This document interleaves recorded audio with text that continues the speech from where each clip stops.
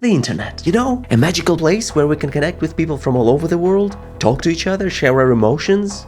How often does this happen to you? Someone sends you a funny joke and you reply with a laughing emoji, except they might think that you're laughing out loud, but in reality... We use pictures and symbols to describe our emotions instead of actually showing them. How did we come to this? Let's go down this rabbit hole together. A famous poet, Robert Herrick, once wrote, "Tumble me down and I will sit upon my ruins, smiling yet." I don't know if he was actually famous, I'm not that big on poetry, but look at that. Look at that. This looks like a smiley, doesn't it? There's one problem though, it was written in 1600. I can't be bothered when it was way too long ago. Could it be, or was it just a typo? Well, we will never know. But 200 years later, the idea of conveying emotions through symbols appeared again, this time in Polish newspaper. Now, you may not speak Polish, but you're definitely fluent in emoji. Here they are again from the US magazine Puck.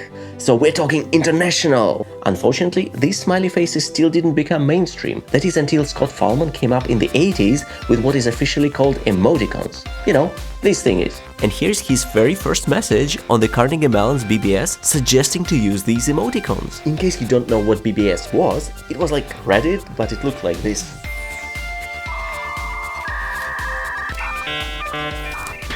After that, emoticons exploded all over the world. Some looked like that or that.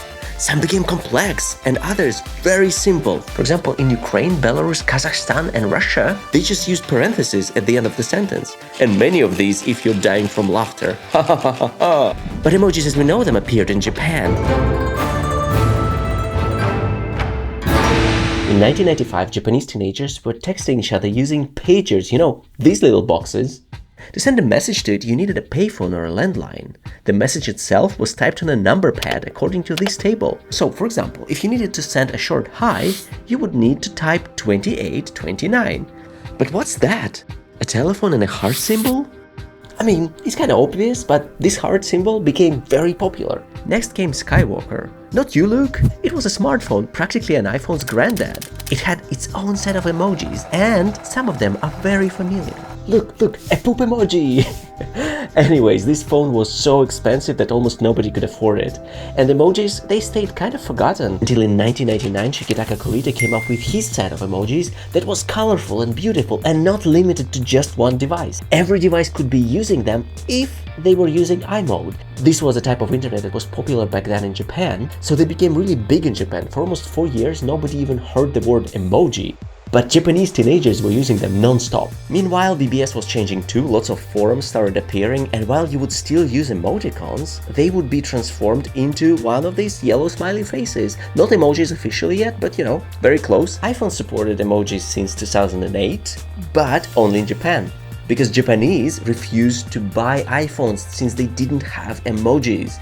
And Apple wanted to increase the sales. The worldwide adoption happened only 3 years later, and Android was lagging behind, introducing emojis only in 2013.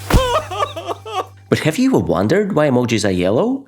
Meet Harvey Ball, the man behind the yellow smiley face. One day, the State Mutual Life Assurance Company realized that its employees were unhappy.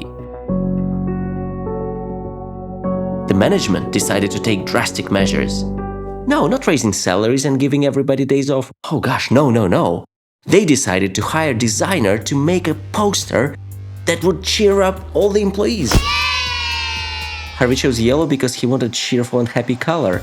And the thing is, this worked. Smiley face became such a hit that it quickly spread outside the office walls. And thankfully, it was never patented, which, you know, means everybody could use it. There's one more symbol that we haven't talked about that sends chills to your bones. Oh, sorry. Now, if you don't know, putting a period at the end of the sentence, it's not about following your usual grammar rules that Miss Jenkins taught you at school. No, this is a symbol of extreme displeasure. I hope you're doing fine. Oh gosh, feels like my grand really does want me dead, doesn't she? But all I did was not call her for a couple of weeks, months. Oh my, maybe she does know what it means to put a period at the end of the sentence. But how could she? She's like 83. Did you know that there was once an inventor who almost destroyed life on the planet twice? Yeah, that's true. Check out this short, it's only 40 seconds long, and I promise you, the story is interesting. Meanwhile, I better call my gran.